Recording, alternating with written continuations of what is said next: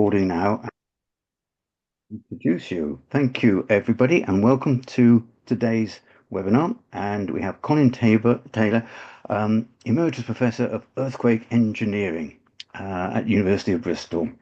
And this is going to be a fascinating talk, particularly as we know it's so rare that we get to talk about how systems thinking is actually used in practice. So, Colin, over to you and introduce yourself, and thank you very much indeed for doing this. Cheers. Okay, my pleasure. Uh, so it's great very good to join us this afternoon. Thank you very much for giving up your time. What I'm going to do today is just give you an overview of an activity that's been developing in the southwest of England in the infrastructure sector, something called the Southwest Infrastructure Partnership, which I'm currently chairman of and have been involved from day one with it, from its initial conception and launch in 2016, 2017. SWIP is a neutral forum of infrastructure stakeholders from across the southwest that's sort of self-organized in response to the lack of joined up thinking and governance across the whole of the Southwest Peninsula. It is supported by the Institution of Civil Engineers through its Southwest region. And it's really a group of us in the Southwest ICE that decided we need to do something to try and overcome the very fragmented governance of the Southwest. Because we knew that we had to join things up much better if we were to decarbonize infrastructure and just deliver better infrastructure that had better impacts on the people of the Southwest. So SWIP has formed, as I say, this sort of neutral self-organizing forum. We don't have any money as such. It's really just supported through the budget of the Southwest ICE. And if you summarize our purpose, it's really to convene conversations and then to capture and collate the learnings from those conversations and to communicate those, just so we can help people join up their thinking so that they can collectively work out how to deliver better infrastructure. We typically run 3 face-to-face workshops a year and then 3 online workshops as a way of convening the community. But we also get involved now in a sort of voluntary advisory capacity with various initiatives which are happening in the Southwest. So, for example, the Great Southwest Pan-Regional Partnership has involved some of my colleagues, particularly Peter Kidd, in the floating offshore wind activity that they're trying to promote.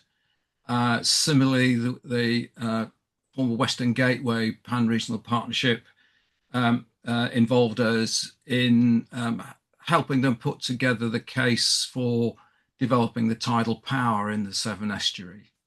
I sit on the Devon Climate Emergency Partnerships Task Force, just to give a bit of input to that. And we have ad hoc conversations with a lot of people in the Southwest and increasingly nationally, just to feed in ideas to try and stimulate a fresh view of how we deliver infrastructure. What I'm going to talk about today is how SWIP has come about, what we've achieved, and a little bit about how we've got there by applying systems learning as well as systems thinking. Now, I should say that my talk is essentially my personal synthesis of a lot of input from many, many people. Some of here are listed at the bottom of the screen. So all the good bits are down to them. Any mistakes are down to me. And if you go to the next slide, please. Um, I'll acknowledge right at the beginning that these ideas have really come out of the best part of 15, actually nearly 20, actually it is 20 years worth of research projects, mainly funded by the UK research councils, but some European funding went into it, which have helped to sort of shape the ideas I'm going to talk about today. And there are lots and lots of people who have been involved with the activities, including developing SWIP. And I just need to acknowledge all those wonderful contributions. There are too many to pick out individuals, but there is a strong background to this. Okay, next slide, please. Um, so the overview of what I'm going to try and cover today is, first of all, what SWIP is and what it's achieving. I'm then going to talk about the paradigm that we're forming to help join up our thinking, so the common big picture, if you like. And I'll talk about some of the principles which are emerging from our conversations. And that paradigm is essentially people and nature flourishing as resilient agents in a congenial environment, where infrastructure provides a lot of the fabric of that congenial environment. And then I'll talk a little bit, if I've got time at the end, about the underpinning learning science. It's known as an anticipatory learning journey, which we use to structure our conversations. And all of that is feeding into a key framework, which is really joining up or identifying what it is we've got to join up, and then we can work out how to join up in the what we're calling a systemic value stack. There are lots of things, as I'll show you, that we have to line up so that we can identify how to create the value and then create the supply chains to deliver that value. And SWIP's analysis through all its diagnostic workshops is that this is where we've got a real problem. People don't join up thinking and practice, and there are many, many barriers which are stopping us decarbonising our world, delivering better infrastructure, because we've not understood the intricacies, and they are intricacies, of this value chain that has to form. And that value chain, if we get it right, will help us deliver this notion of a flourishing net zero community. So next slide, please. So why a SWIP community? Well, the Southwest is, as you realise, no doubt, a peninsula, which gives it a unique geography in the UK. It's essentially a rural community punctuated by a few urban communities. Being a holiday destination, the population trebles during the summer months. So if you think about the bulge in demand that places on, for example, water and sewage, transport systems, and so on, that's a sort of peculiar demand in the southwest. Perhaps only the Lake District has a similar kind of bulge in demand. But because we're a peninsula, we are out on the limb, and that geography means that all the main arterial routes for transport, power, and sort of general resource flows flow axially along the peninsula. And we don't have many of those routes. So we've got the M5 and the mainline railway going down from Bristol down to the south. We've got a few trunk roads, but we don't have the sort of cross-cutting network of roads and railways that, say, the Midlands have got. So that means that we have relatively little redundancy in the systems. If they fail, Dawlish being the classical one on the railways, then a chunk of the peninsula can be cut off. So that means we've got a very resilient, challenging resilience picture to deal with. Also, it means that Cornwall is at the end of the line. So it takes a long time for resources to flow down to Cornwall. And it's quite possible that things we do up in the Bristol area, which is often the sort of origin of these transport routes and energy routes, we can do things in Bristol because it suits us, but that can have inadvertent effects further down the peninsula. So it's one of the reasons why the west of England is rich, that's the Bristol area, and Cornwall is relatively poor. But this geographic shape means that we do need to look at the peninsula as a whole system shaped by its geography. So, as I say here, if we pinch a nerve in the Western Gateway area, bearing in mind that Western Gateway no longer exists, we feel pain in Truro. Now, one of our motivations for forming SWIP is that there's a very fragmented governance and accountability picture. The diagrams I've got on the right-hand side there were snapshots taken a couple of years ago about the local authority distributions. The LEPs were then in still functioning, but they've now gone, obviously. We had the Great Southwest Pan-Regional Partnership, which is still just limping on. It's got funding for about another 6 months. The Western Gateway Pan-Regional Partnership, which was covering Bristol, South Wales, and across to Wiltshire, its funding ceased. It was deemed by government not to be necessary, and surprise, surprise, with no funding, it's really disbanded. You then got two subnational transport board regions, Peninsula Transport and Western Gateway. Confusions of terminology there, of course.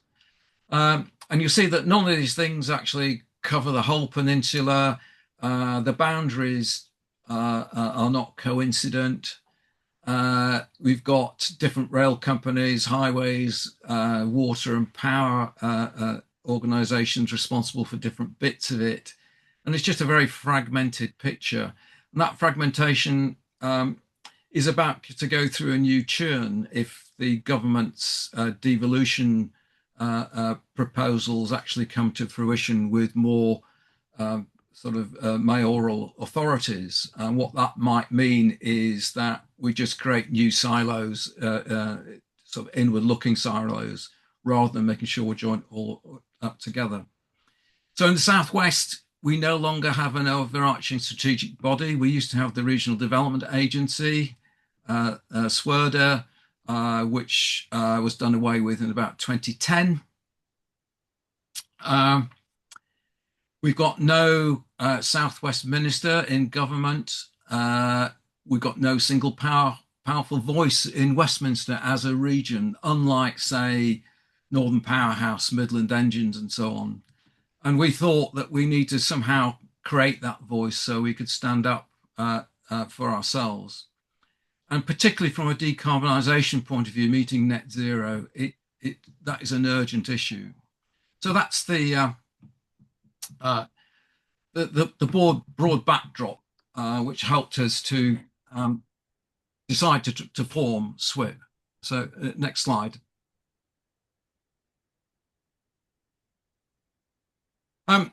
So we started SWIP in 2017. It took us a couple of years to think about what we were really trying to do and achieve. I then got some money from the University of Bristol, some pump priming money with Neil Carhart, Dr. Neil Carhart, my colleague at Bristol. And that enabled us to run some diagnostic workshops looking at the decarbonisation challenge in the Southwest. And we followed this learning journey-based methodology, which we developed over a number of years, culminating in a UKRI project called Urban ID, which Neil and Jez Rosenberg were very closely involved with. And we use that Urban ID framework to, first of all, run two face-to-face workshops uh, uh, in January and February 2020. And then COVID hit us, and then we had to go on to 90-minute online workshops. We ran three of them in 2021.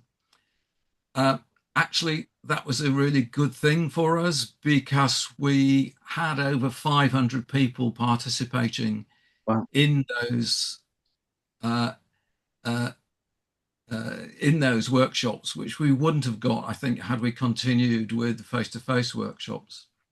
But anyway, coming out of that, we listed a huge amount of information, of ideas about what was stopping us. The guiding question was, what's stopping us delivering decarbonised infrastructure today? And we were able to identify many, many things that people perceived as stopping us. And then we've structured our conversations around how we might resolve many of those barriers. I'm just getting a message up here that people might not be able to see the screen. Uh,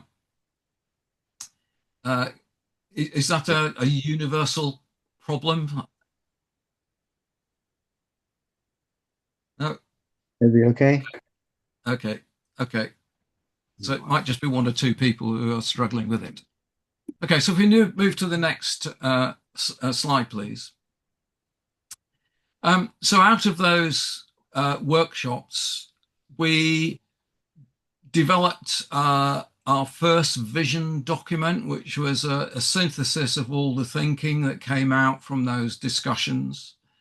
And we also developed a high level route map, which is not a conventional route map in that it's not got a timeline to it as such. It's really, we identify things that we have to keep doing well, on which we can then build everything else. That route map is built around three pillars. The first one is that we need from a net zero point of view, but in terms of delivering better infrastructure in general, we need a common mindset. We need a net zero systems mindset, recognizing that it's a systemic problem. But along with that, we need leadership at all levels to lead the thinking and to lead the implementation. And that leadership needs to be brave and knowledgeable to be really effective. So one of the things we keep advocating is for people to stand back and look about what leadership means and understand that leadership maps across the levels. Young people can lead just as well as older, more senior people can lead. And it's joining up that leadership, both in terms of thought leadership and organizational leadership. That's what's really important. We need to pay continuous attention to that. The second pillar is the knowledge piece, carbon literacy, but literacy in general, so that we speak the same language, have compatible understandings, and have the knowledge and capabilities to deliver decarbonised infrastructure, amongst other things.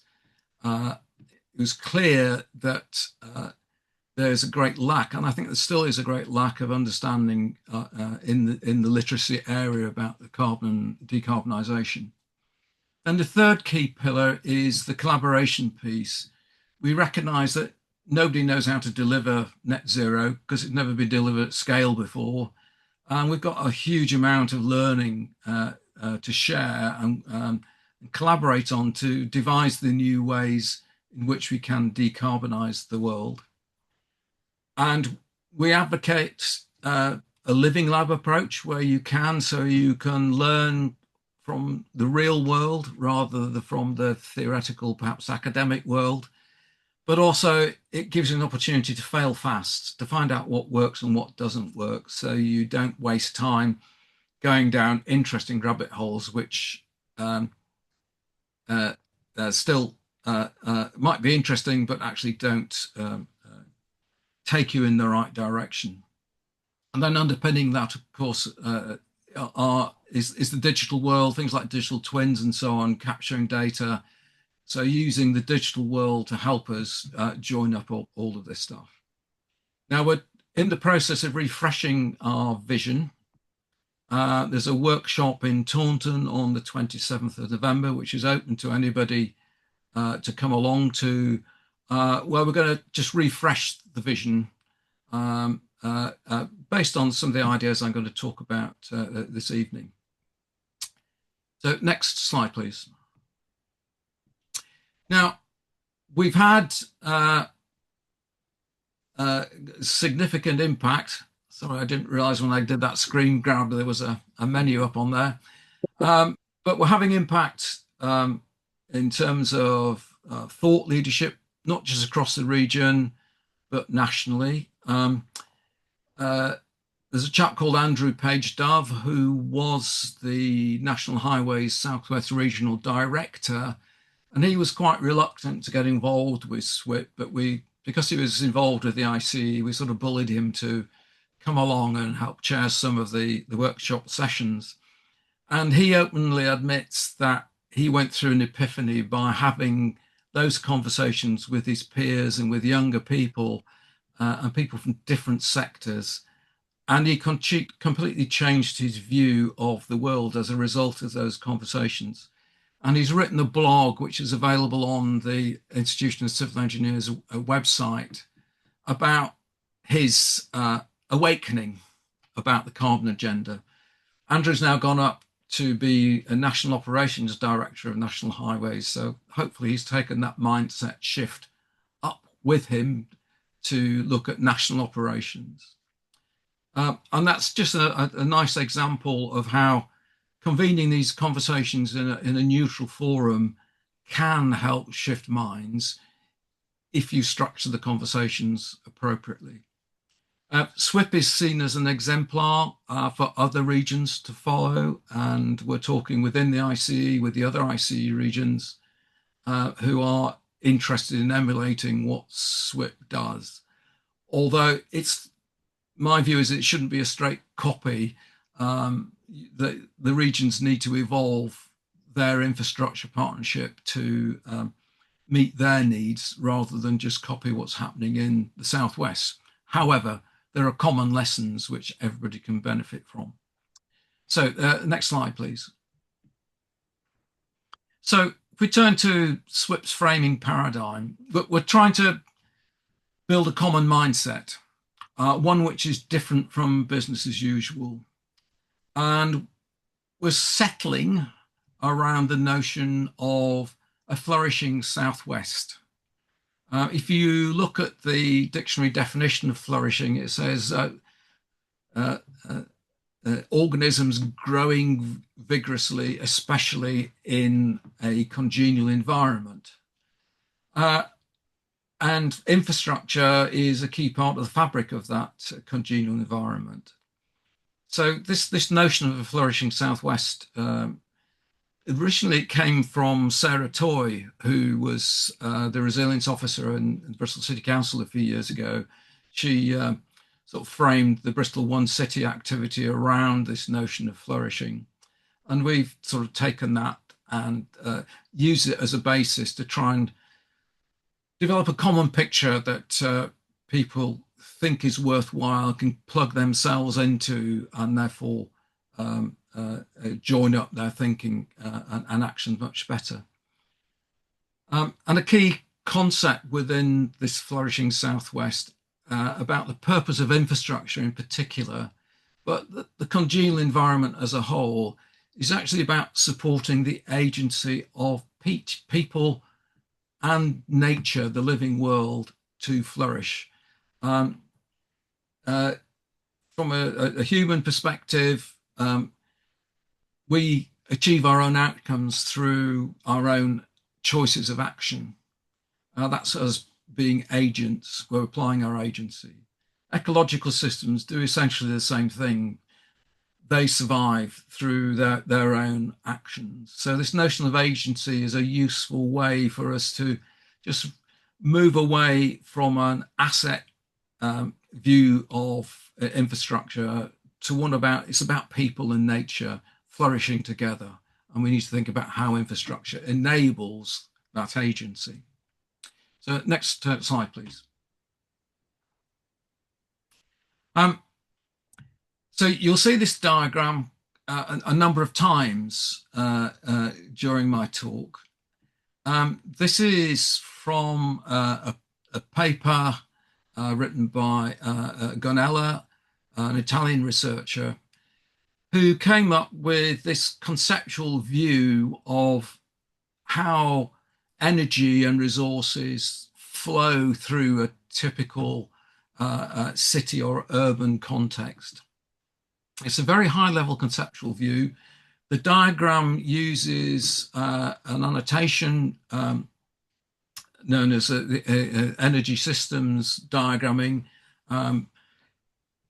developed by a very eminent ecologist, Howard Odum. Some of you may have heard of him, who really pioneered ecological systems thinking back from the 50s through to the late 80s and early 90s.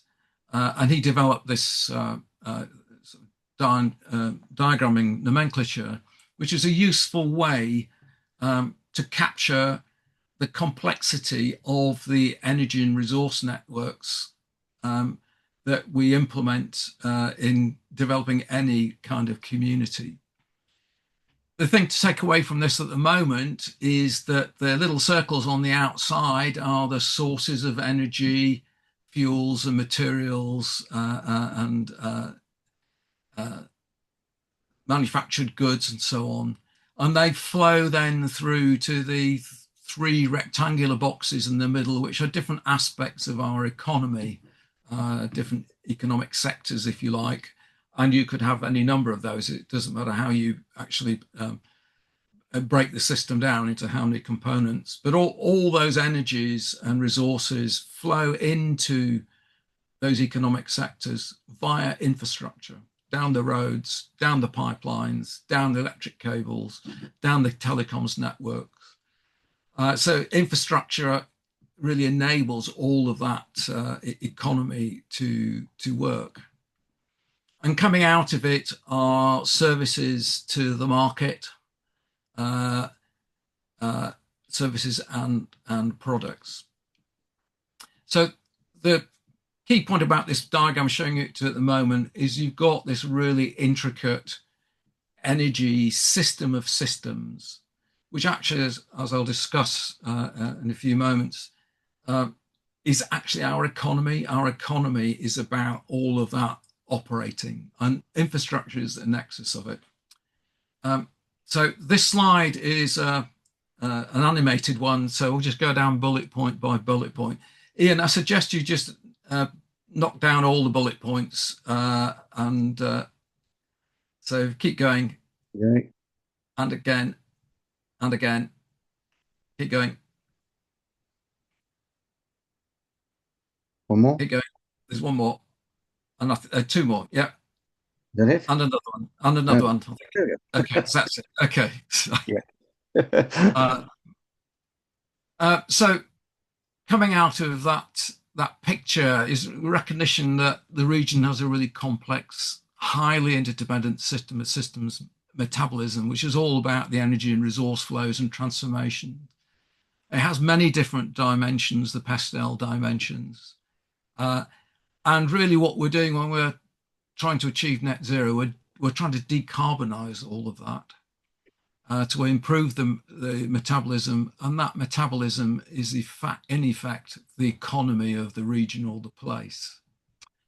So looking at net zero, we recognize that it's just one of many important societal outcomes. It's not a bolt-on. It's not something you create on its own. It's an emergent property. Infrastructure is the nexus of it all. What we found that people were eager to tackle the challenge, but nobody knew then and still don't really know exactly how we do it. We know what we've got to do, but we don't know the how. Decarbonisation has never been delivered at scale before, so nobody knows how to do it. We've got lots of ideas, but the majority of them aren't really proven. And there's so much that we need to improve our understanding about. Many of the component technologies are far from mature, and development pathways for some of them are still very uncertain. And all in all, although there's an appetite to invest and to address the challenges, that investment is often perceived as too risky. The uncertainties are too great, which means that we need to learn a lot and learn quickly. And in particular, we need to join up that learning and the practice that follows us.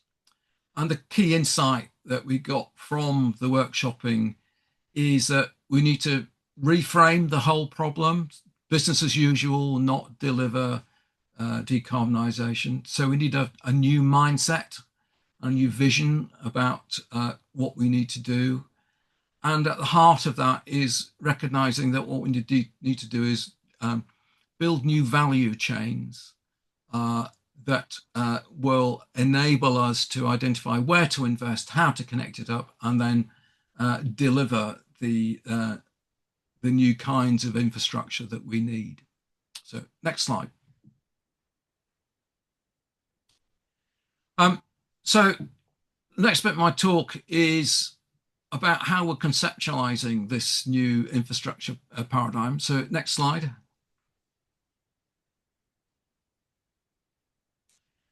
And there is now an acceptance, I think, across the infrastructure professions that we need to shift our viewpoint from an asset-centric view, so the Clifton Suspension Bridge is a bridge, to a service-centric view that the Clifton Suspension Bridge offers a safe, affordable, decarbonised crossing service. So it's essentially a mobility service to the people who are using it. Uh, uh, just for transparency, I've had the honour of being a trustee of the suspension bridge for the last 16 years. And I have to say, I've learned a lot from that infrastructure ownership role about the practicalities of running real infrastructure, especially one that's governed by an act of parliament, which requires the trustees to maintain the bridge in perpetuity. No thought of a 125-year lifespan. Of course, it's 160 years old already. But thinking about it from a service point of view, what the suspension bridge is doing is enabling people to achieve their life outcomes. So education, employment, wealth, health, and so on. That's part of this flourishing concept. So you've got some kids going to school there across the bridge. You've got a white delivery van delivering stuff onto the other side of the gorge and so on. They are agents using the infrastructure to enhance their agency so they can achieve what it is they want to achieve. And in return, they see it as a service worth paying for. Every penny of the toll you pay to drive across the bridge goes into maintaining the bridge. The bridge gets no government money at all. It's all funded through the toll income and investments, which have grown from that over the years. So that's this concept of a service perspective of infrastructure. Next slide. So if you just step through the elements of this slide here, and Okay. so yeah, just keep going. That's it. So back one. That's it. So just really emphasizing that every aspect of our economy flows through some kind of infrastructure. And the flow is to people and the organizations that they are living within, working within, and so on. It's all about people, not things. And when we talk about resilience, it's really about resilience of people. Physical, inanimate assets aren't resilient because they can't fix themselves when something goes wrong. It's people who have to come in and fix them and deal with adverse events.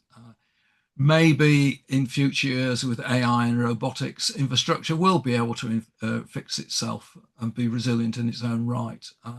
But when we talk about resilient infrastructure, what we're really talking about is we've designed the infrastructure so it makes it easy for us to go in and fix it if we need to.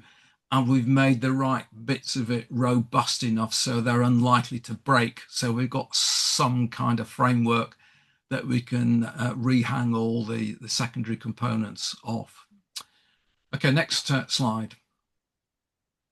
So once again, if you go down all the bullet points, Ian,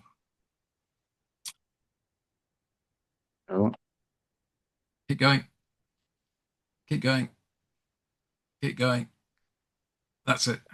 So this notion of resilient agency is important within this emerging paradigm. You know, I think it's about people.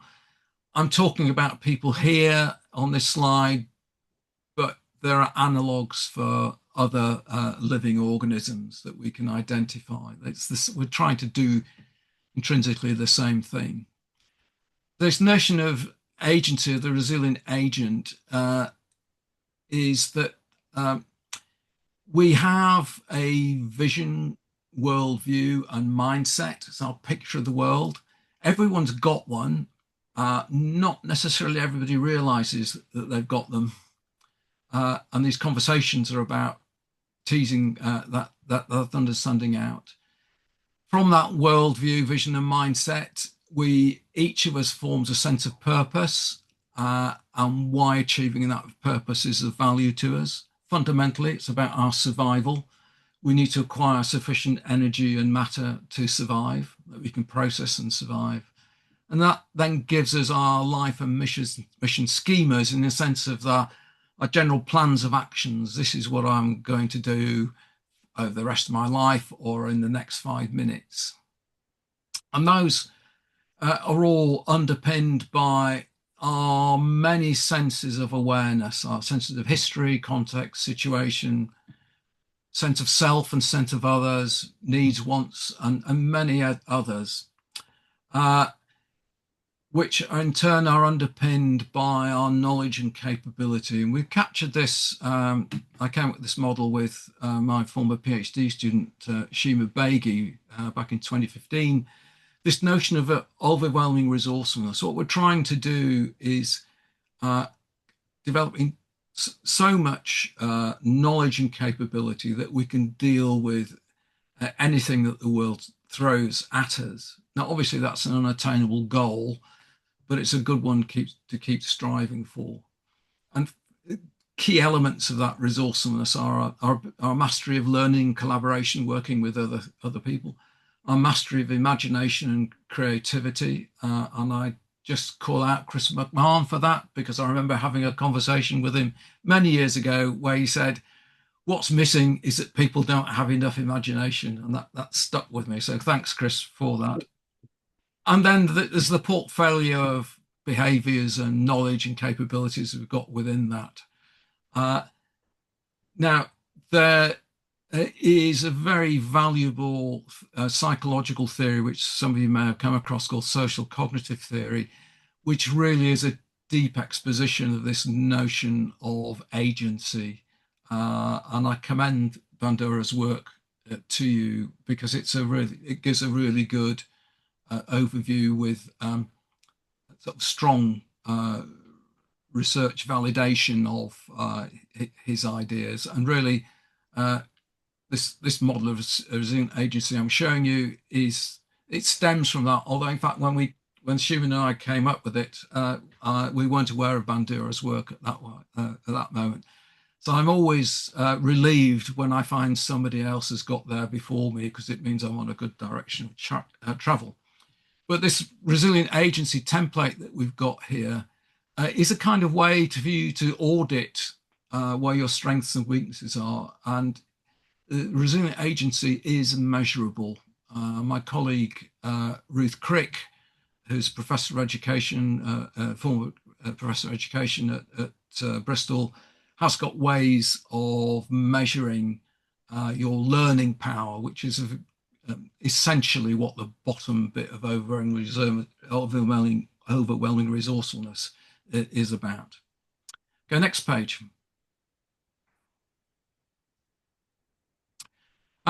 So coming back to this diagram, if you step through the bullet points again, please, Ian.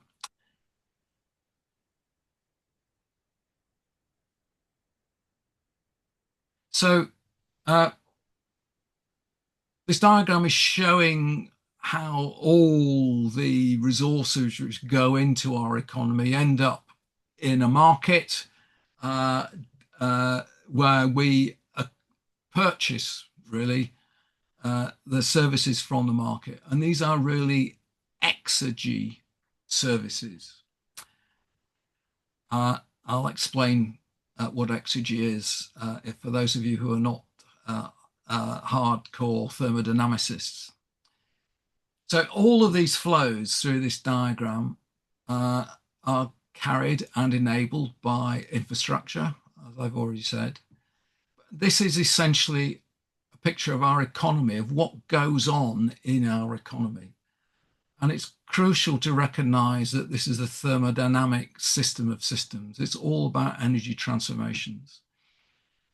And those transformations only happen because of the second law of thermodynamics, which coming out of that is the concept of exergy. Exergy is the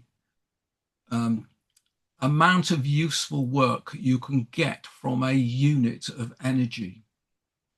The exergy depends on the thermodynamic conditions and on the quality of the energy carrier. So electricity effectively carries 100% exergy. Coal, top of my head, I think it's about 40% exergy because you've got to do a lot of work on it to get that exergy out. The thing about the exergy, it's the bit which is of use to us. We can turn it into some useful product or useful outcome. So exergy encompasses quality and quantity, whereas just looking at energy on its own tells you nothing about the quality of the energy and therefore the quality of outcome that you can get. So if we're looking at the effectiveness of our economy, we need to be looking at it from an exergy effectiveness point of view. And that effectiveness and the efficiency arises at the system level just as much as it does within its components. And that's an important concept because it really shows that business as usual, which is keeping those flows of energy and resources going as they are and just decarbonizing the components in that system, will not necessarily get us to full decarbonisation, full net zero, because it's the system which is also being very wasteful because it hasn't got the right kind of architecture. Ecological economics and exergy economics are relatively new branches of economics which are demonstrating how economic concepts such as growth and productivity are related to exergy effectiveness and efficiency. And really, they are gradually undermining the foundations of neoclassical economics, on which our current national economics, and indeed international economics are built. So I think we're in a transformation there. There's a paradigm shift starting to happen there. So the key point is that people and ecological systems, and indeed physical nature, the physical part of nature, act as thermodynamic agents within this system of systems. We draw exergy from them to do useful things, but we're also putting exergy back into the systems through the things that we can do. And it's all about achieving the outcomes that we try to achieve. So this is about economy. And the key thing there from an infrastructure point of view, it gives us an avenue for us to really give a much richer understanding of the value of infrastructure. And thereby it gives us a better platform for arguing for investment in infrastructure. at the moment, the investment return models are really, really crude, and hence they're very susceptible to political biases and so on. This should, in the long term, give us greater objectivity. So moving on, please. Um, so if you just hit return again, another box that comes up. So coming back to this resilient agent model, our agency is about our ability to acquire and transform exergy into valuable outcomes. So, for example, if you're highly educated, you can usually do more things for a given amount of energy. So, developing your resilient agency is also uh, uh, enhancing the power of your engine, of your resilient engine.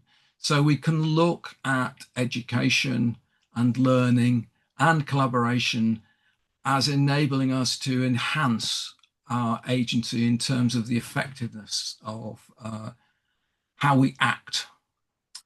Okay, next slide, please. Now, there's some other key learning that comes from this exergy system of systems viewpoint. Within ecological systems, there's a recognition that there's the notion of ecological fitness of the systems, and that the most successful systems find their architectures in this so-called window of vitality. So we want our exergy systems of our economy to find its window of vitality, which is aligned with the windows of vitality of the ecologies and nature that we share the planet with. So this top part of the curve is where we find a range of optimally effective, efficient, resilient, and sustainable architectures. So there may be many architectural patterns in that window, and the patterns themselves are dependent on the thermodynamic environment, because we're dealing with thermodynamic systems here. Now, none of those architectures in that window of vitality will be perfect. They won't serve every resilient agent equally. They can't possibly do that. But we can find architectures where there's a fair distribution of agency. Agents have got a fair access to the resources available to us, so we can satisfy as many people as possible. So if you just hit return a couple more times. Okay, so if we look at the right-hand axis about this on the degree of system order axis. At that end, we've got something which is very, very lean. It's lean, so it's very efficient in terms of exergy transformations and losses, but it's also very brittle. You just lose one component of that and the whole bit fails. And it's not really adaptable. You've just got a straight line series of processes. On the left-hand end, you've got the other extreme where you've got a really intricate network, highly connected wet network, which has got so many pathways and so many routes to exergy losses that it's over-redundant and becomes wasteful. So the Goldilocks area of the window of vitality has got sufficient complexities so that it is resilient and sustainable. So if you lose a particular bit, you've got other pathways which can compensate for the loss of that bit, but it's not too complex and wasteful. Within that optimal network, you could have certain parts of it which are very lean and have a localized architecture, which is like the one on the right-hand side. And indeed, sort of uh, capitalist entrepreneurs sort of strive for that right-hand side efficiency because they're only looking at that bit. Um, so we have to guard that if that bit is made so efficient that it's not actually then undermining the wider system. For example, the financial crash in 2008 is a case where a sub-element within the whole system failed and knocked everything else out. So, uh, two more bullet points now, Ian. So, this kind of conceptual model also gives meaning to the notion of policy, regulation, and governance. They're all about keeping this system architecture within the window of vitality. So we need regulation to put up the barriers so it doesn't, this whatever architecture we've got doesn't slide on either side of those two vertical lines, for example, but gives sufficient flexibility for innovation to find better architectures within there. And then just going on to the uh, recent developments in exergy economics and ecological economics, there's work being done recently which has demonstrated that the total factor productivity of neoclassical growth theory is actually an expression of the exergy system's efficiency and efficacy. What we need to think about is rather getting more from less, looking at things from an exergy lens point of view, which emphasizes quality. We actually want to get better from less, which does not necessarily mean producing more stuff. It means flourishing better. We can also look at growth as increasing fitness. So raising that peak, we might look at growth from that point of view, because what we're doing is improving the system architectures and the performance of the components of the system architectures.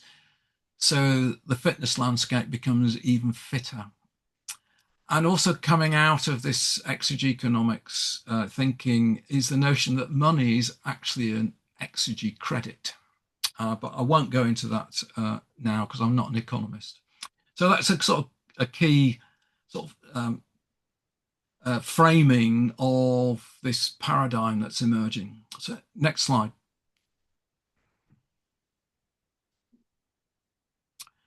Now, there are plenty of examples in the literature which illustrate the value of looking at things from an exergy lens. And I've just picked two out from some papers I counted recently. On the left-hand side, there's a figure from a study in Brazil where they were comparing the efficiencies of internal combustion engine vehicles with battery electric vehicles. And they were running simulations of international standard highway and urban cycles for vehicles. And they're looking at it from an exergy point of view, because exergy is the useful stuff you're getting out of your system. The black diagonal line is the energy consumption that comes from an internal combustion engine. And then the lower red line is the same consumption for the same highway cycle from a battery electric vehicle. Now you can compare these directly because they are based on exergy, not energy. So they're capturing the actual work extracted and extractable. So you're comparing apples with apples here. And that diagram immediately shows why we should move to battery electric vehicles whenever possible, because the energy savings and exergy savings are huge. You know, a factor of 50% reduction. The right-hand diagram it's from a paper from a few years ago, which was doing an exergy analysis of different powering of a generation of green hydrogen. So they looked at photovoltaics, photothermal, wind power, hydropower, biomass, and biogas approaches to generating green hydrogen. Uh, Looking at it from an exergy point of view, you're comparing apples with apples. The black lines show very clearly that a hydropower approach for generating green hydrogen is the most exergy efficient. So you're using green electricity from hydropower to generate your hydrogen. The little grey bars show the exergy efficiency when you then add in the liquefaction of the gas, so you're the cooling of it, so you can transport it around in the back of a tanker. And you can then see that the overall exergy efficiencies go down to about 5% if you're lucky. So the gasification, so the liquefaction process completely clobbers the whole thing. But just standing back overall, even with the best scenario, if you forget about if you can use the gas directly, you still only got a 40% efficiency of using this green electricity. Remembering that electricity basically has 100% exergy. So using electricity directly whenever you can makes much more sense. And for me, this diagram, and there are plenty of papers like this, really undermine the whole notion of a hydrogen economy. We'd just be wasting so much high quality electricity in generating what is essentially a low exergy efficient energy carrier. And there's plenty of examples now in the literature which shows the value of taking this exergy lens. Okay, next slide, please. Once again, if you step through the bullet points.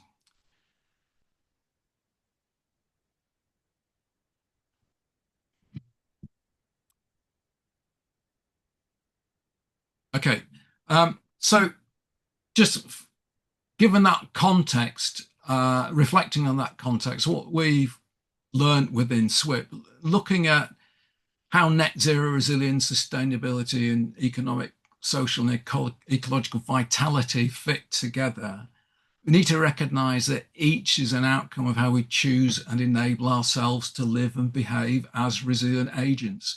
So our economy and the infrastructure systems that support the economy enable us to achieve all of those outcomes, not as bolt-ons, but because they're interdependent emergent systems. Therefore, we must seek outcomes holistically. We need to look at our system design holistically and make sure we break down the silos, move away from a siloed mentality. And from an infrastructure point of view, what we're trying to do is design and deliver infrastructure options that shape beneficial behaviors, and in doing so are nature positive, that they are enhancing nature as much as they're enhancing people. So coming out from this, as I've said several times already, simply decarbonising business as usual will not deliver a net zero. We're very lucky if it does. So we need these better system architectures. And the other key thing to recognise, and it's surprising how many people don't recognise this, is that net zero isn't just for 2050, it's forever. We need to deliver it in perpetuity.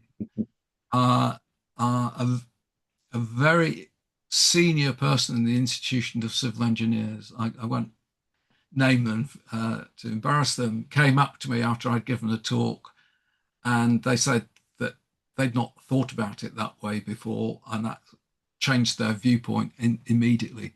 So we're delivering something in perpetuity, which means that we need long-term joined up policy and strategy and delivery to do so. So we can't afford to flip-flop from one government to another. We've got to see that as being a kind of foundation to any kind of political solutions we might put in place.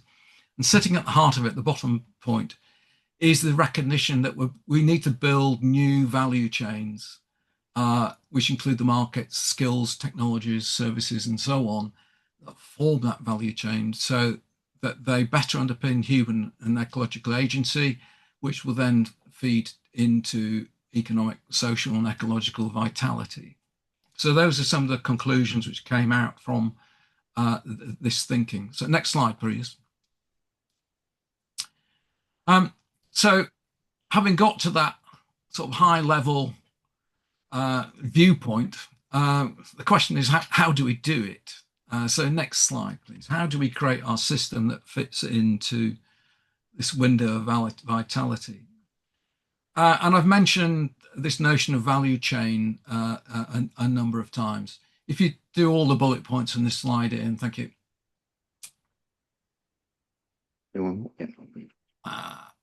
I think there might be one more. All right. Yep.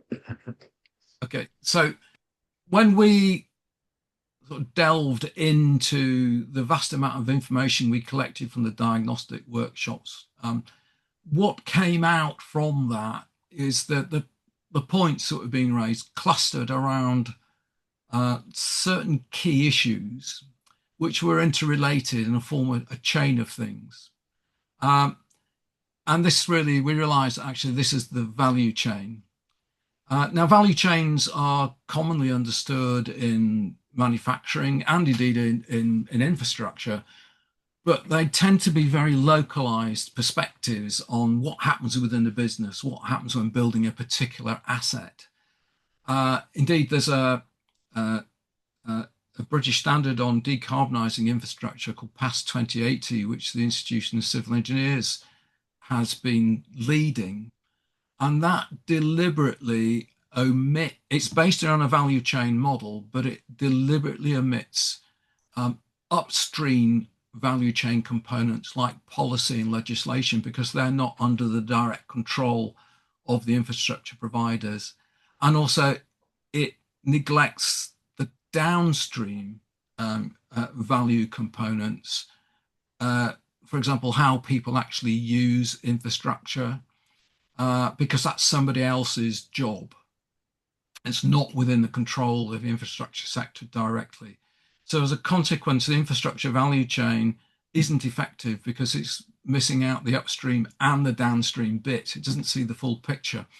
So this diagram here is just a high level capture of and indicating the sort of things that we need to pay attention to ensure provide a congruent value chain from understanding purpose and desired outcomes, that's the blue box on the right-hand side, through to experiencing the outcomes as a result of the infrastructure that we've developed. And then we have to close the learning loop, which is the box at the top, where we're monitoring what's happening, reflecting and reflexing, and it goes round and round in a loop. And I'll talk about this in a little bit more detail shortly. So the important thing is to recognize that all of these boxes and many others which are not on here need to be mature and congruent so they join up properly if we are to achieve and maintain this congenial environment. So in a sense, you can look at them as being pieces of the flourishing jigsaw. We've got to make sure they fit together. We shape them so they fit together. And the picture they reveal overall is coherent. At the moment, we haven't got a coherent picture. We've got lots of jigsaw pieces which have their own bit of picture on it, which don't join up. They don't fit together geometrically, let alone pictorially. Also, the recognition that, in fact, these chains are a stack. The early ones, like leadership, ownership, governance, policy, and so on, underpin everything else. So if you've got a weakness in one of these elements, you can undermine the whole value stack. But also that they're a good analytical lens, so we can stand back and just assess how good we are at doing these things, what's missing, and so we can improve the overall value chain design. Now, from a decarbonisation point of view, as I said already, none of them are near mature or congruent. If you were to traffic light these, most of them are red, and that would underpin the Climate Change Committee's traffic lighting of progress towards our net zero targets nationally. So decarbonising our world needs to evolve all of these aspects in unison. You can't do one and then move on to the other. They've all got to evolve together. And this value chain notion, of course, is not unique to infrastructure. It maps onto everything that we do. So next slide, please. So how do we create value? I'm building the theory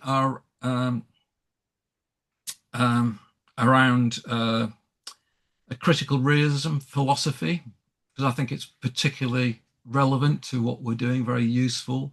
Critical realism really posits that there's a causal world out there which from moment to moment yields the actual world, of which we as individuals experience a very small portion of that actual world.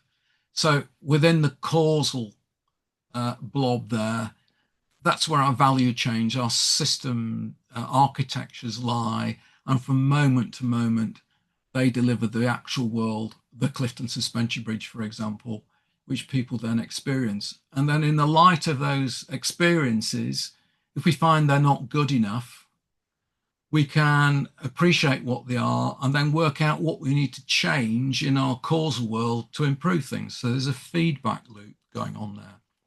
And next slide, please.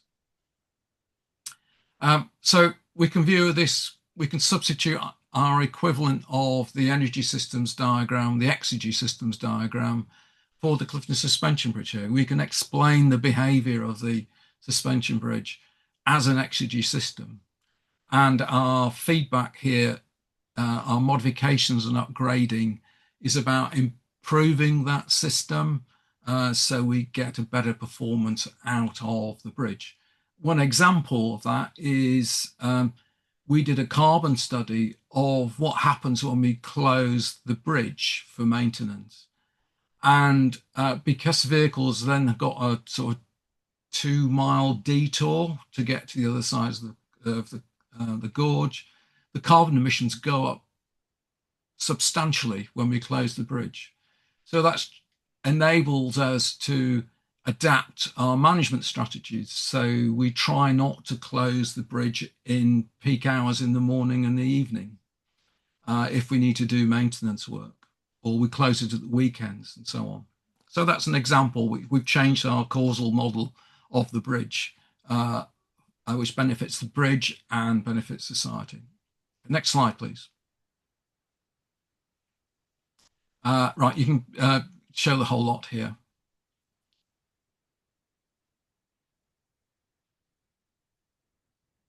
Okay, so in the top 3 boxes, we've got this real world that I've just shown you. In the bottom 3 boxes, I'm showing you my perceptual twin of that real world. That's my mental model, which I've built up through my experience of working with the bridge and applying my general worldly wise experiences over my lifetime. I've got a mental model of how what the bridge is and how it works. Everybody can see the real world, but the point here is that each one of us sees it through our own eyes. So whilst our views might be similar, they will be different. And only I can see my perceptual twin. But on the basis of my perceptual twin, because I'm a trustee of the bridge, I can act to change the causal system of the bridge to improve its performance. The digital twins, actually, there's another bit. If you just press a return again, there should be something else that comes up. There we go. So in our modern world, we've got the benefit of digital models of many different types. I call them digital twins here. But they encompass more than just digital twins. The point about these digital models, we can collaborate and share our own perceptual twins to build these digital representations of the world, which can help us harmonize our viewpoints and share our viewpoints so that we can make better interventions on the causal world. So there's some important sort of conceptual thinking to be developed here in understanding the role of AI, digital data, and so on in helping us enrich and validate those kinds of interventions and the causal models that you're intervening on. Okay, next slide, please. And of course, everyone can see the digital twin. So if you just show the whole slide, keep going, there's another bit.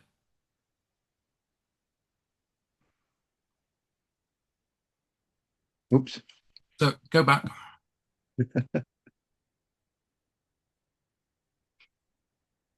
No, we'll go back.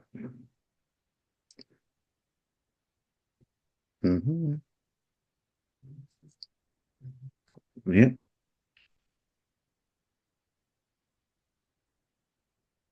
So, Okay, so we're looking at this value stack, this value chain, recognizing that there's a kind of stack of processes that gradually build up to get to the point where we can achieve the outcomes we want uh, uh, based on everything that's got to line up and be congruent to enable us to do that. This value stack is, as I'll show a little bit later, it comes out of a learning cycle model. The second column there in that stack is identifying processes that we need to make sure happen in the right way at the right time. So the lower processes underpin the higher ones.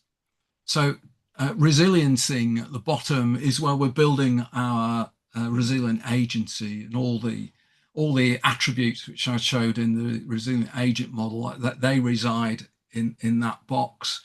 Guiding and anticipating is about looking into the future, building a big picture, sharing and holding those. And in particular, a really important part there is having this, what we call a guiding mind function. Given infrastructure, the infrastructure we're building today will probably be running through in the mid 2100s. We've got to have a long-term view. So we need to maintain that long-term vision, regardless of the churn of people who are actually going to be delivering it. And then there are various other elements up there within the enabling bit. That's where policy, legal, legislation, standards, and so on are enablers, which then underpin the scheming, where we're designing the system solutions, which we want to have high system integrity of. And then we put them into practice, we implement them and then use them. And then we learn from how well they work. Now, what we found using this lens and what we're distilling out from all our conversations is there's some key weaknesses in this value stack at the moment, in particular, the lack of long-term stability and coherence of government policies and legislations and joined up planning and so on. Also, really key observation is that all national strategies are actually delivered by local actions. So, for example, the government has a new infrastructure strategy at national level, but that infrastructure, the actual infrastructures themselves which are delivered and the strategy that they deliver is where we dig the holes and pour the concrete and use the infrastructure. So joining up from national down to local is crucial, and we're really bad at that. think about the fragmentation of governance in the Southwest, for example. Um, and then coming out of that, the planning that goes on is really not joined up. We've had conversations with many people from the local authorities that say, yeah, we know we should be doing this, but I'm not allowed to, or I just don't have the time to do anything in the business as usual because they haven't got enough resource. Uh, and the investment barriers or the attraction of greater investment comes from joining up these value chains more effectively. So you're reducing uncertainty, you're increasing certainty, which is probably a better way of doing that. Which is going to make it easier for people to get to the point where they're willing to invest. And collaborative learning is vital for all of that. And as I've said, decarbonising business as usual, we don't think will work on its own. We need to re-architect our systems. Okay, so next slide. Now that is an emerging elaboration of that simple model from the first slide. I'm not going to go through every box. The point of this is to show when you dig into what's actually got to happen for us to deliver better infrastructure, there are so many things that have got to line up, but we don't look at them holistically. Different people are responsible for certain bits of that value chain. They tend to understand in good detail what comes upstream of them, what's feeding into them, and they've got a pretty good idea what they're feeding into them immediately downstream. But the further away that you get on the value chain from their position, their ignorance grows. And as a consequence, there's a lack of understanding of the potential impact of a decision made lower down in the value stack on the performance of something much higher up. So I'm just showing this diagram to show how complicated the problem is, but we can't afford to ignore that complexity. We've got to find a way of managing it. Next slide. So one way we're looking at this challenge of joining it all up effectively is doing an interdependency mapping approach using a well-established systems approach called the n-squared approach, which I've just adapted for this purpose, and has a sort of simplified view where on the right-hand side we've got a matrix which have got rows and columns, which are the main rows of the value stack. And I've inverted or transposed the standard N2 model to emphasize that everything builds on the lower processes. And we can look at an upper process and cast down to lower processes and identify what those downstream processes like learning and improving require of an upstream process. So there's a link between learning and improving and scheming. And that's the first green diagram, green diamond in the top of that column. Similarly, we can map it onto each process onto all the other upstream processes, which are essentially looking at the needs that flow down the value stack. And then we can analyze how each of those components is delivering to those needs. Those are the light blue diagrams. I won't go into it any further, but we've got a vast amount of information which I'm gradually mapping onto this when it helps us really understand the nature of the value chain concept, and also helps us highlight where the critical things are that we need to deal with now, although we've got to look at it all fairly quickly. Okay, so that's the value chain. Okay, next slide. One thing that's really, really important, which we don't pay enough attention to, we're trying to get high integrity system design, system architectures, high integrity so they work efficiently and effectively. They've got the right degree of resilience and sustainability and so on. But there are so many different people and organizations in the supply chain that have to connect their work together to create that high integrity system. So it's really essential that each actor in the delivery chain uh, does what they are supposed to do. And that really is ethical integrity. C.S. Lewis described ethical integrity as doing the right things in the right way at the right time for the right purpose, even when nobody is looking.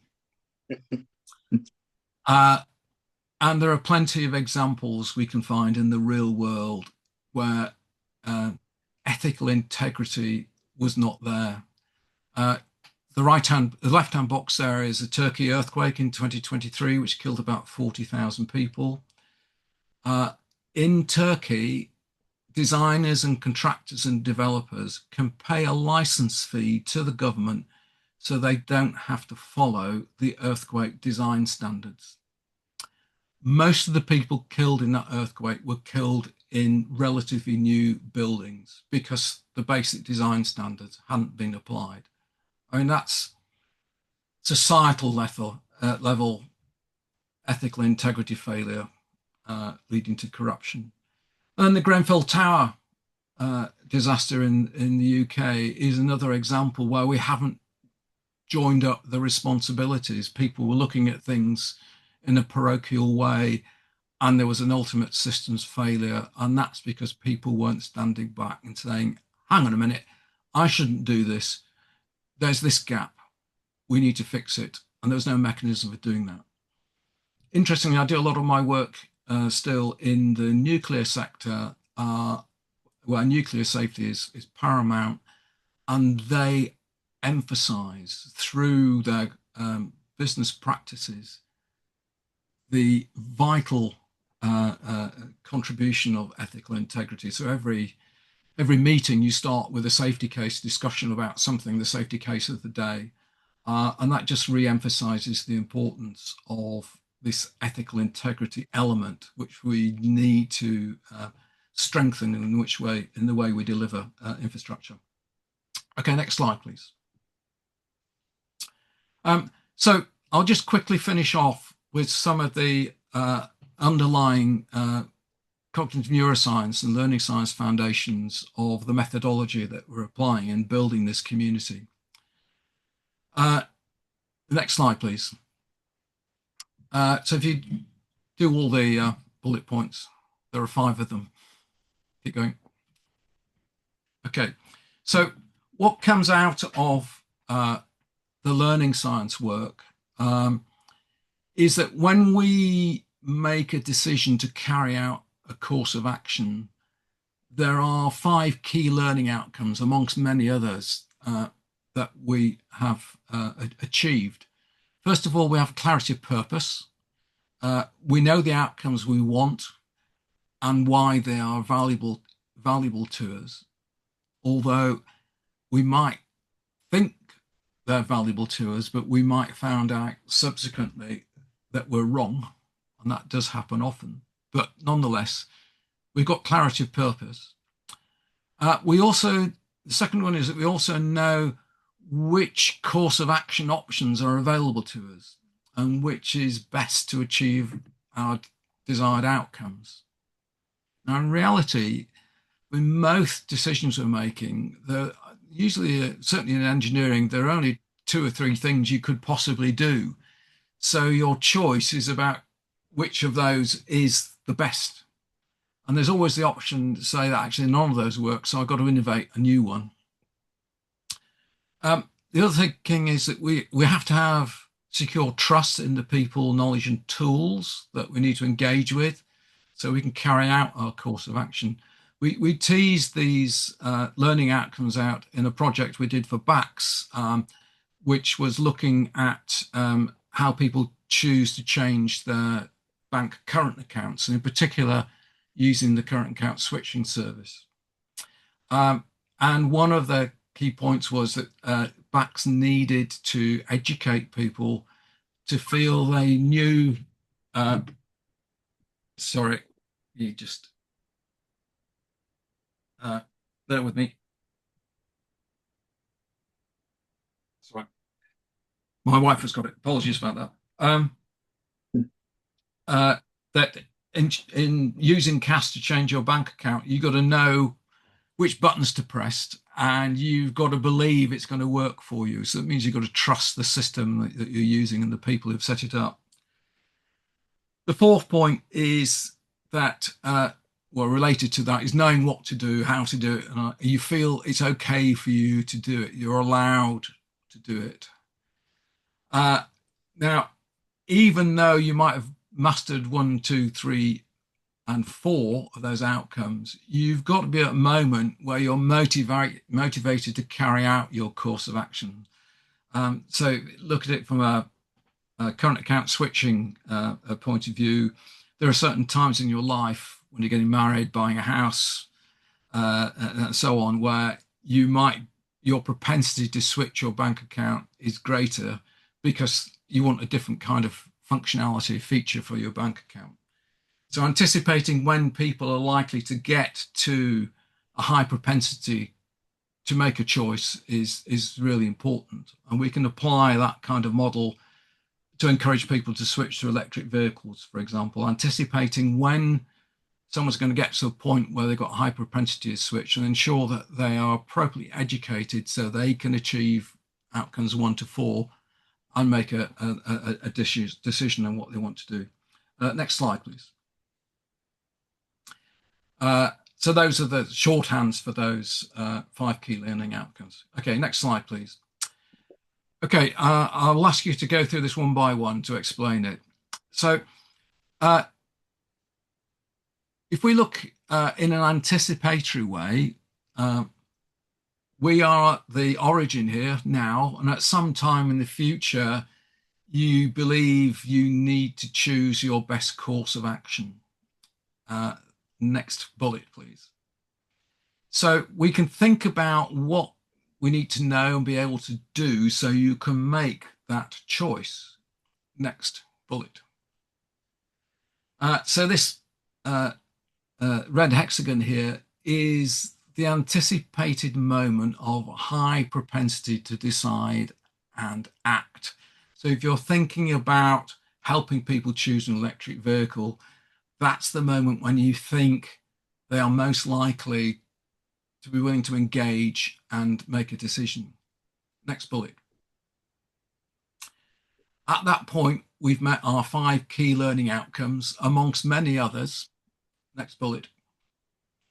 Which enable us to choose one from usually a limited number of options. Next bullet. We can backcast from that point. We can imagine that we're at that point and backcast to now. Next bullet. And plot a learning journey, the sequence of things that we need to learn to get from where we are now to where we need to be in the future so that our cognition level is at the right level for us to make these decisions. Next bullets. We can set out waypoints on that journey. Next one, which are moments when we can stand back and reflect. Next one. And what we'll find is that our actual learning journey will not be the nice smooth curve. Next point. We will discover unknown unknowns, which we have to address. Next one.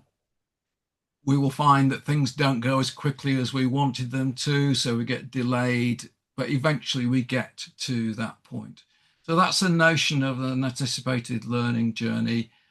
And it's about thinking ahead, thinking about what information you need so you can make a decision and recognizing that the information you need does 2 things. One, to validate options A, B, and C so they are viable, but also to enable you to choose the best of those options.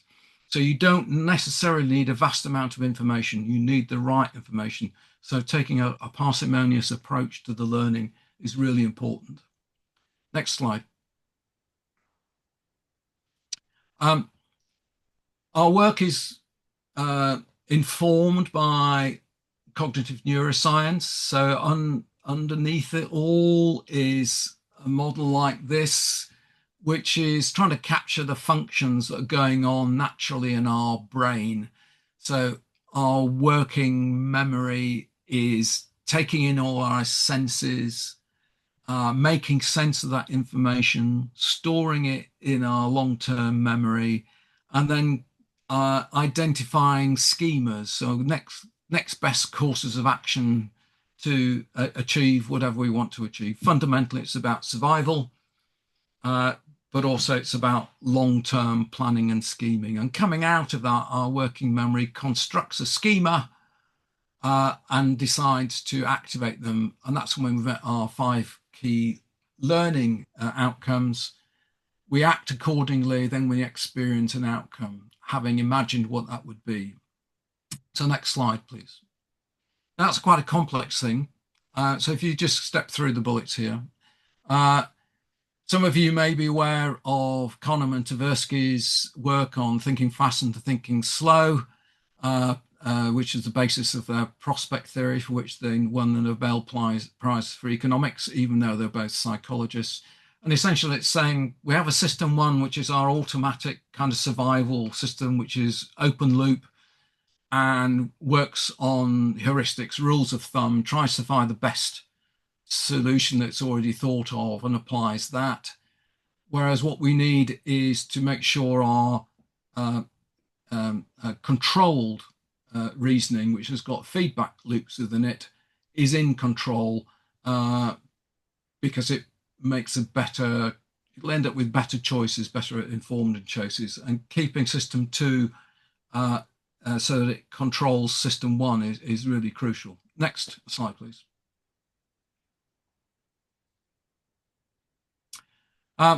So if you step through the whole lot, we can break this down into something called triple loop learning, just to make it a little bit simpler.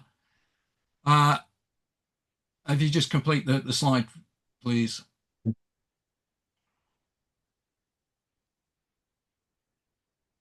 And this triple loop learning model is a useful simplification, which the top 4 boxes there about the why is for us understanding what our worldview is and understanding our purpose. The what is where we build our causal schema, our plan of actions. And then the how is where we put them into practice. Then we experience an outcome from that. We compare that experience outcome with our imagined outcome, and we take the feedback. We monitor, verify, and validate the information. We evaluate and we reflex in the sense of perhaps changing our minds. And then there are feedback loops coming back into each of the why, what, and how. So the inner loop, the single loop, is a bit like the feedback control and the PID loop, where you're just changing the gains. The middle loop is where you're deciding that the PID controller is not the right scheme. You might need a different kind of controller. And then the outer loop is where you're realizing that the world isn't as you thought it was, or the outcome you've achieved is not what you wanted. And we've all been through that recently with the COVID experience, which have changed our wider view. Next slide, please. So once again, if you just go through all of these.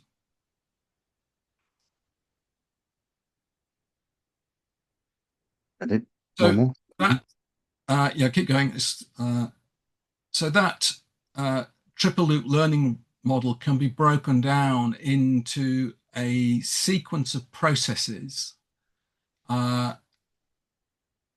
which are a useful way for us to structure our learning, to think about things in a sequenced way so that we can structure our learning. And this kind of accelerated learning cycle is widely used in education in schools. Alistair Smith, who was a guy who was from Bristol many years ago, developed it for schools. And essentially that the guiding and anticipating, empowering, purposing are part of the why box. The enabling and scheming are about the what. The implementing is about the how, where we put it into practice. And then the experience outcomes is what we experience. There's another couple of pieces to come up there.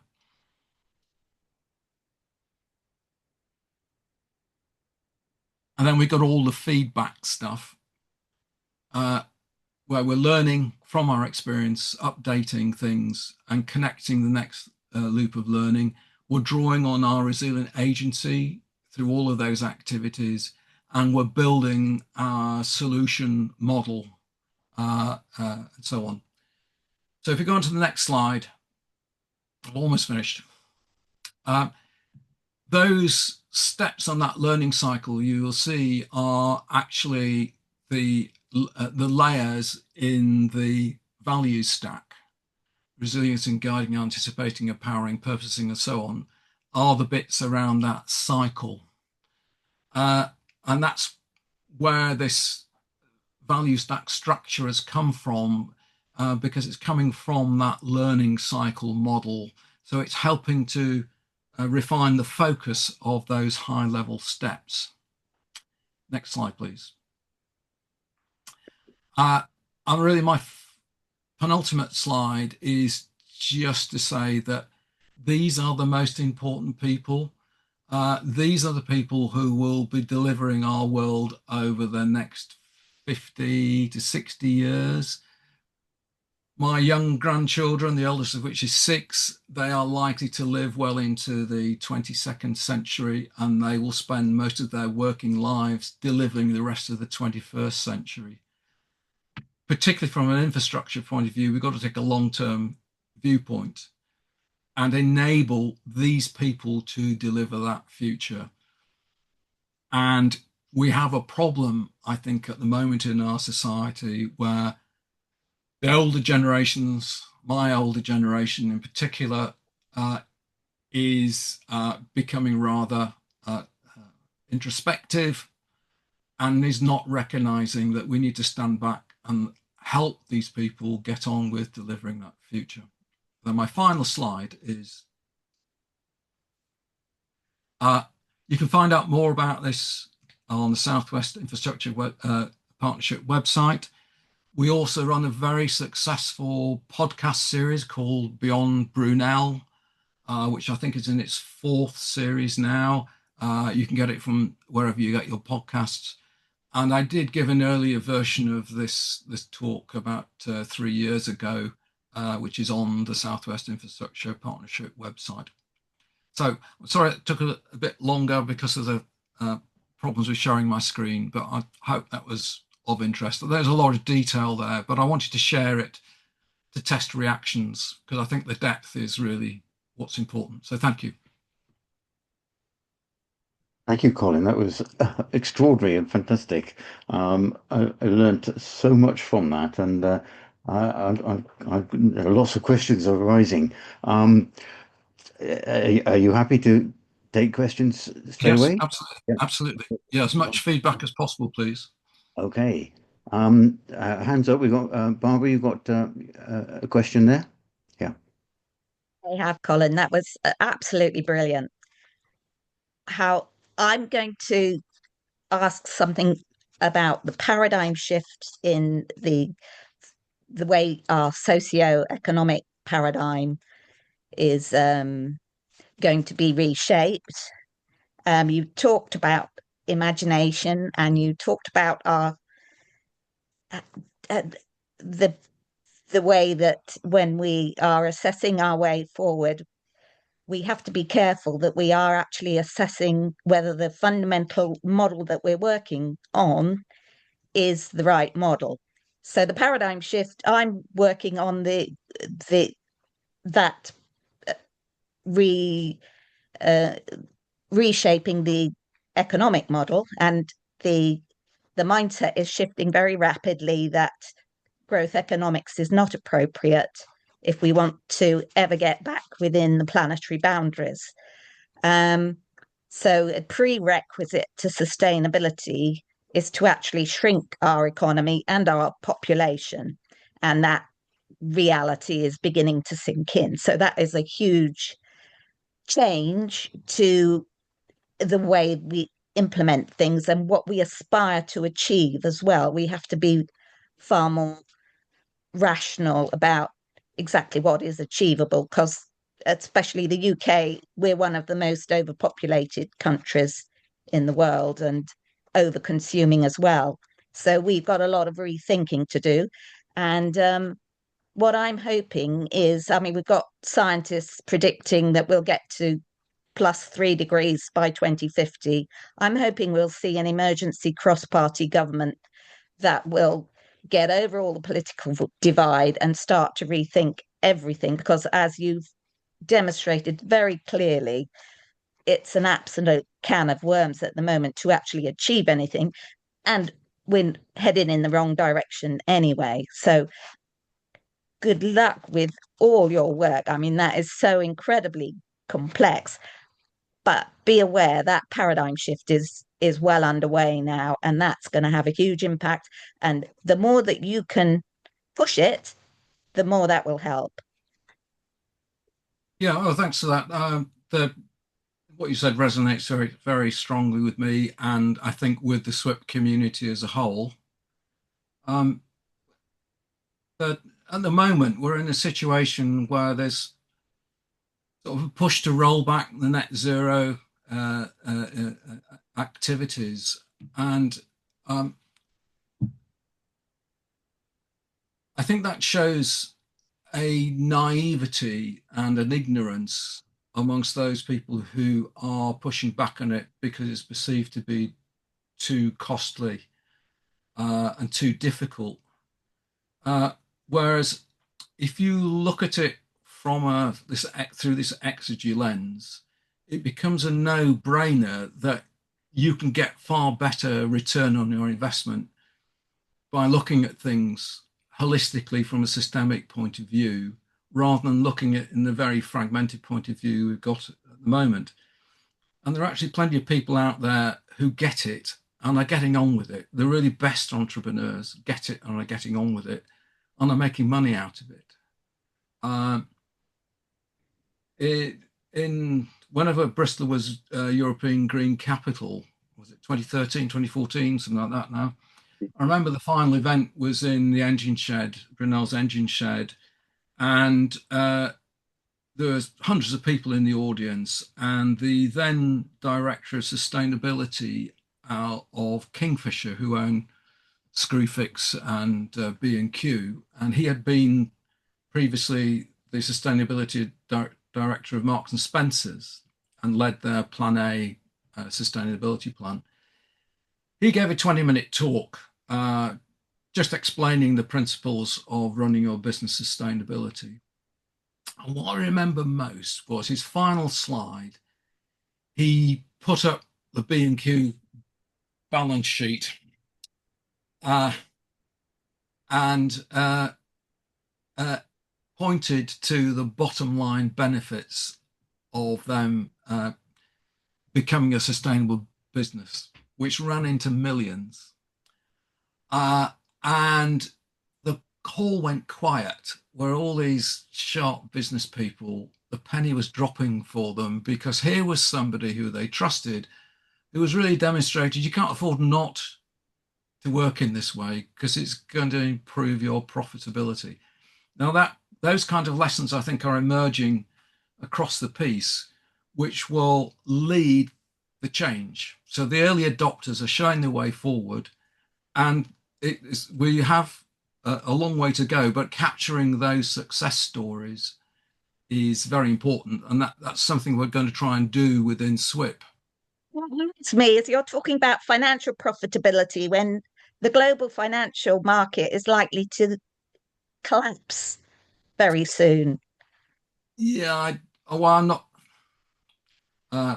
I'm not sure that is actually true, but the point is we can nudge people in the right way to think in this more efficient and effective systems. That's not quite paradigm shift.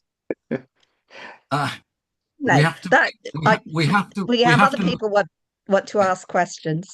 we have to do it in small steps. You're not going to change it overnight. However, would just add one further point. My belief is that in about 10, perhaps 15 years' time, climate impacts will really be hitting people. People will feel them directly in their lives, and the demand for change Much sooner will than grow. that. Much sooner than that. The point is, we need to make sure that we've got all the resources and resourcefulness in place so that we can accelerate the progress when that when that shift happens. It's what happens with any technological change. Thanks. Sorry, thanks, Barbara. Richard, you Yeah, have. hi, Colin. That was brilliant, and I definitely need to watch the video again to make sure that a lot of that stuff are deeply embedded. And speaking of embeddings, the topic I want to introduce into the infrastructure world is the growing infrastructure of the digital economy, which will have both an impact on the economy and also, may I suggest, a potential pathway to actually help disseminate some of the complex ideas here in a way that's accessible to multiple stakeholders. As Ian will know, there's a guy over in the States called Gene Bellinger who does quite a good job of looking at complex things and then telling stories. And the story making is actually using one of the large language models. I think it's Gemini or something. So I think there are two things. There's three things. There's the actual infrastructure. There's the consequence on the economy of that new infrastructure layer, and there's the use of that technology in order to help disseminate and engage with the population that needs to understand what their role is in all this. What are your thoughts?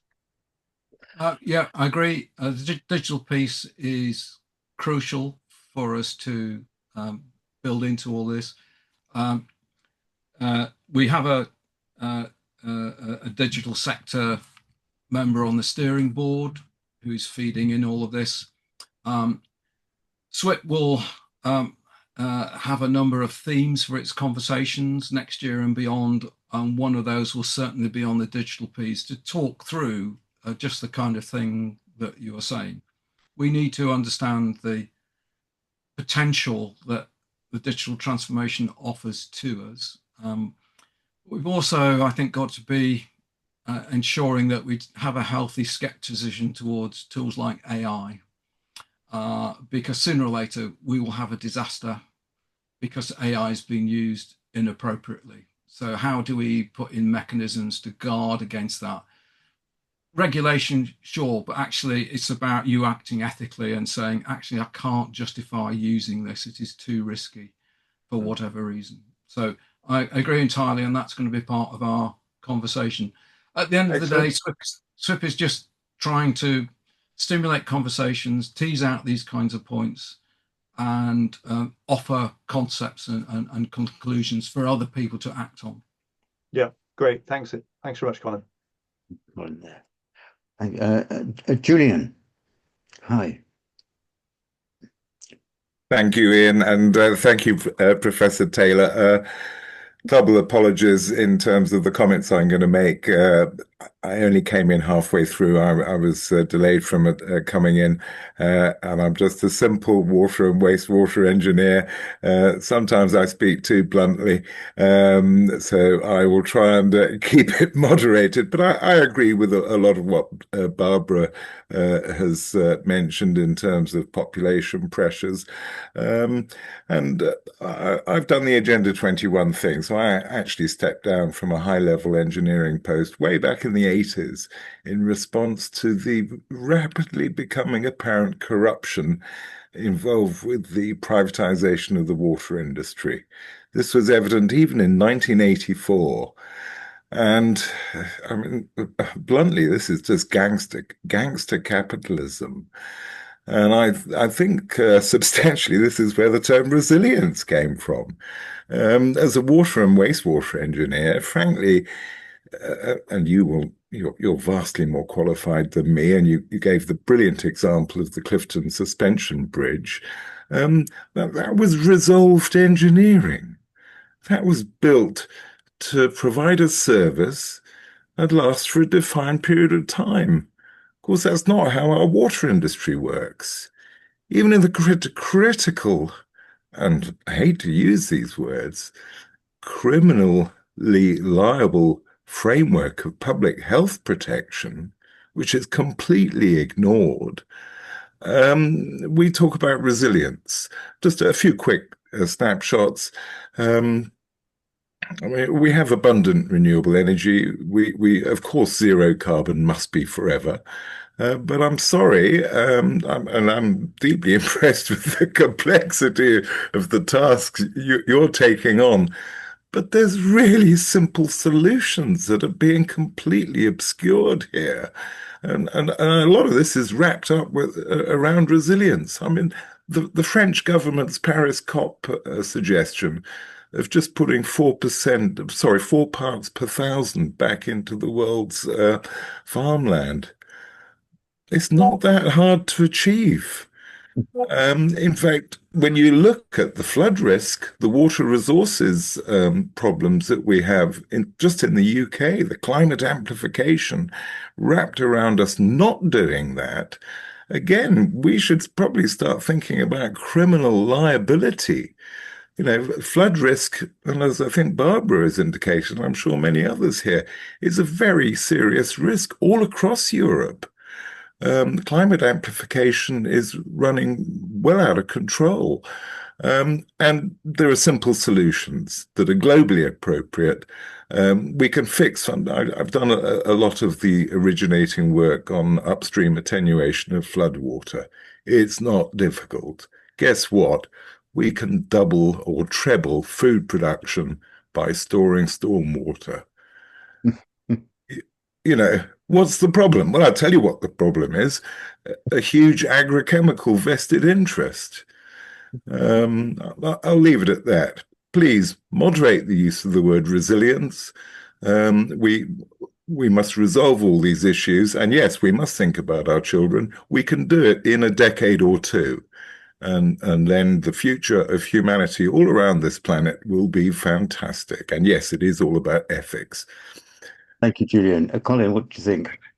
Yeah, well, I've a lot of empathy for what you're saying. I guess one of the problems with the capitalist model is the purpose of the water company, the key service they provide is profits to the shareholder. So that's their primary legal duty. So the services to the customer and consumer are secondary to that, and they're almost sort of the legislative framework for businesses almost forces them to do the minimum possible to maximise the shareholder. So there's a governance piece that we have to think through, and certainly from an infrastructure point of view, we have to ask the question about whether there are better ownership and governance models than we've got at the moment. The key issue is how you aggregate the vast amounts of capital that you need to upgrade and change infrastructure. So you need a mechanism where you can put that money together, manage it at sufficient risk. Governments have decided that the taxpayer is not willing to pay for that. So part of the privatization model was to try and get that risk off, that financial risk off the government balance sheets. But the consequence is that all the profits flow out of the country now, because most of our infrastructure is foreign owned, so they're gaining all the benefits. So that there's a lot of the income isn't going back into the British economy; it's not churning in as much. So there's a whole governance piece to be thought about, and that's the sort of thing that the Institution of Civil Engineers is trying to promote debate on. It's not for us. We don't have the power to command. All we can do is try and encourage, help people think and challenge themselves. And we've already travelled a long way in the Southwest with the SWIP community. And this is one of our sort of the long-term challenges, finding a way to convene the right kind of conversations, which might get the right people into the position where they realise that we have to do this. Thank you. Yeah. John, you have a question now. Yeah, thank you very much, Professor Taylor. It was an amazing presentation, and I'd love to. I hope we're going to be able to share the slides at some point. Sure. I must admit that I'm not that familiar with exergy economics, although economics is my background. But it does open up the potential to seriously consider the possibility of growth in conventional terms being decoupled from resource use? And is that something that you would see as a way of promoting economics? Um, yeah, let me first of all say I'm not an economist. I'm Mm, an engineer mm, who decided about 6 months ago that mm, I needed to upgrade my knowledge of economics. The last economics I did was 50 years ago in my first year, where I was taught the basics of neoclassical economics. Um, and what rang a bell for me was when I just stumbled across ecological economics, which just rang so many bells for me. Being an engineer, I'm used to looking at systems and so on. And that the more I've got into it, to understand it, I've only scratched the surface. And I emphasize I'm not an economist, but it just makes so much sense. Um, and when I look at neoclassical economics, the founding assumptions of it, the more I look at it, the more shaky I think the foundation's on. I know why they were come up with, because at the time, back in the early part of the 20th century, we didn't have the modeling and other kind of capabilities that we've got today. So with any kind of system solution, you have to make simplified assumptions to make the problem tractable. But what you do have to do, I know as an engineer, is to keep going back to those simplifying assumptions because they could well be very wrong. And I think my take on neoclassical economics is that the founding assumptions there are just no longer tenable given what we know today and what we can do today in terms of economic modeling. So all I'm flagging up is that economics, I think, is a useful, challenging lens for us to look at the economic value uh, of infrastructure. And my guess is that it will gradually gain ground because it just makes sense far more so than the older models that we've got out there. mm.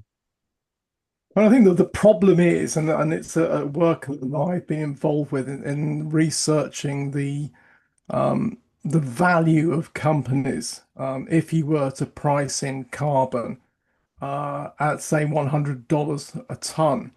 It would make 80%, and if you factored in scope 3 emissions, it would make 80% of 19,000 largest companies in the world as it currently stands, would make them long on a discounted cash flow basis, would make them economically unviable. And so carbon pricing is going to be a difficult one to systematically implement more than we already have. So the perhaps the alternative is, and going back to the exergy economics as I've rapidly assimilated it in the last 20 minutes or so. I mean, would that imply, for example, that we should be far more ambitious on implementation of, for example, nuclear energy and small-scale modular reactors and that sort of technology as a way of compensating for the limitations of carbon pricing? Um, Possibly that I mean, the nuclear options, which I favour. I think they make sense to me from a systems point of view, to provide a sort of a backbone to the overall energy system. It's about establishing the real value that comes out of them. This is something I'm not expert in, so it's one of the conversation themes I'm keen on promoting within SWIP, to bring in expertise like your own, John, to inform the conversation, to help us form better value propositions, and then look at how we form the right value chains to deliver those propositions.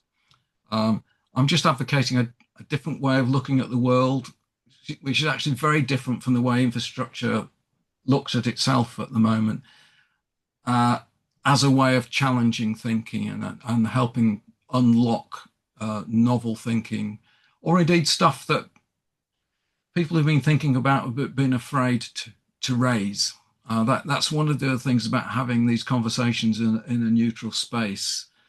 People feel able to have conversations with their clients and with their supply chains in a way that's different from within their normal contractual relationships, and that changes minds. So Andrew Page Dove being a case in point as an example. I I I don't understand economics well enough to point forward a particular direction, but I think that I know enough to ask some questions like the ones that you and others have posed this afternoon. Thank you, John. I might recommend Buddhist economics as an approach, which would fit with Schumacher very much, a very heterodox approach to where we work. I just been looking through the chat a little bit, and just pick out one little comment from Rachel here, who says that she wished she had answers to these. There were so many of the questions that have come up, but they seem to be so complex and deeply enmeshed in our political scene. It's hard to see where we can create the change we want. But she will keep working on it, though, which is good news. So, and obviously, there's so much involved in this field, Colin. And from a systems point of view, you've got, in many ways, with infrastructure, you've got a hard systems approach, which we can look at so many things where we can quantify it, we can model it, we can, work with all those aspects of it. But I think what you've shown us so clearly is how you pushed hard systems and soft systems together into this field, which is immensely complex. And there's one word that you've used, and it's very much to do with the bridge, which is the word in perpetuity. And I think that's something that we sort of need to sort of work with a lot more. The fact that what we put together and what we create is not there just for immediate use and then discard it. It is, the sense that it goes on forever, as what the ideal should be, which leads all into that concept of we have to maintain what we've got. We've got to sort of make sure that it doesn't decay and disappear and become useless and thrown away. So, yeah, it. All I can say is thank you for fantastic presentation. It was immense in scope and really, I think, demonstrates so clearly the value of the systems approach to things and what we're trying to do. So I would say thank you very much indeed, Colin. Any last comments from you? Yeah. Well, just thank you to everybody here. I deliberately made this a long presentation because I wanted to test scope and coherence of the ideas against a knowledgeable audience before I launch some of this stuff back into my infrastructure domain. And thank you very much for the very constructive feedback I've had. I have a task to simplify the messages, but I wanted to test the messages first before I simplified the right bits and relegated other things which weren't Yes. aren't as important. So thank you very much indeed for listening to me. Well, thank you, Colin, and yeah, good luck with taking this out there and really using it. It's fantastic. Thank you. Thank you to everybody for coming today, and yeah, take care. Thank you. Much. Bye. Bye, everybody. Bye. Take care.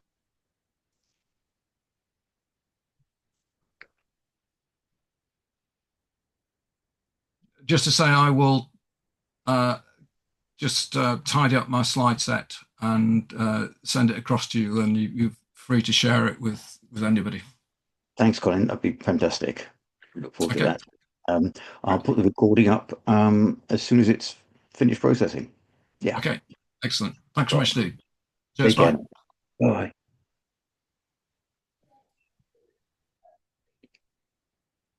Hi, Ian. I think, like several people, I'm completely mind blown.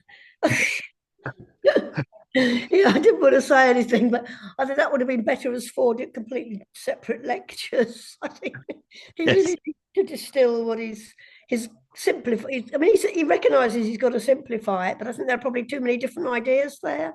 It's a huge area, isn't it? Fantastically complex. Yeah, And I was just trying to give Steve a quick summary, and I realised there were about four. And I'd love to have heard more about each one of them. There was the start with the definition of ethics, then there was